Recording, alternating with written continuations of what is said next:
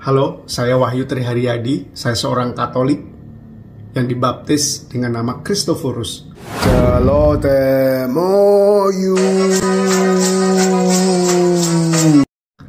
Kalau pada bagian pertama saya cerita tentang lingkungan saya kali ini mau cerita bagaimana saya sebagai seorang anak kecil bertumbuh di lingkungan gereja. Perlu teman-teman ketahui ya, bapak saya adalah seorang katekis, dia sering mengajar agama.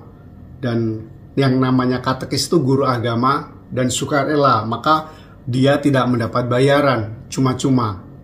Dan dia membantu orang-orang untuk memiliki pengetahuan iman yang baik. Kadang bapak saya memimpin ibadah. Ibu saya seorang guru yang puji Tuhan dikaruniai kemampuan tentang lagu dan kor. Maka ibu saya kadang menjadi dirigen, melatih kor ya. Bukan hanya itu saja, di kampung ibu saya juga diminta untuk mengurusi dharma wanita segala macam.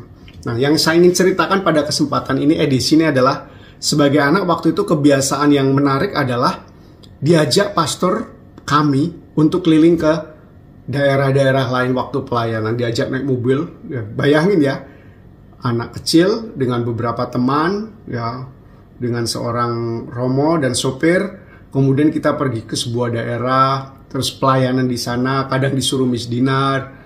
Terus ketika di mobil kita dikasih permen dari kulit apa itu ya? Kulit jeruk ya, kalau disesep-sesep rasanya manis-manis asem gitu ya. Terus kemudian kita di gereja difasilitasi untuk bisa olahraga, bisa bulu tangkis, bisa kasti, dan pasturan menjadi tempat yang sungguh-sungguh rumah kedua bagi kami. Karena pasturan kami cukup luas halamannya sehingga kami bisa bermain di sana. Kalau di rumah belum tentu semua teman punya halaman. Tapi di sana selain punya halaman yang luas, prasarana-prasarana yang memungkinkan kami untuk bermain di sana.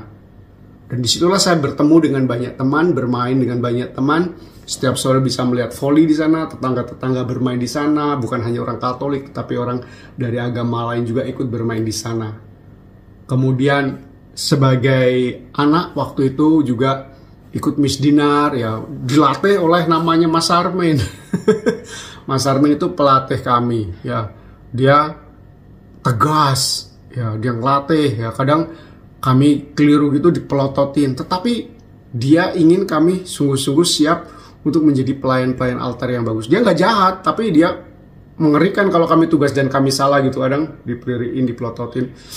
Ya, jadi macam-macam gitu. Tapi sungguh dia membantu, karena dalam kehidupan sehari-hari keluarga orang Katolik di situ tidak banyak, jadi kami dekat satu sama lain. Cuman ketika dia berperan sebagai pemimpin misdinar, kadang kita deg-degan juga lihat dia. Lalu juga sebagai anak-anak kita juga dapat akses untuk belajar bersama di lingkungan gereja, bersama romo, bersama katekis ya.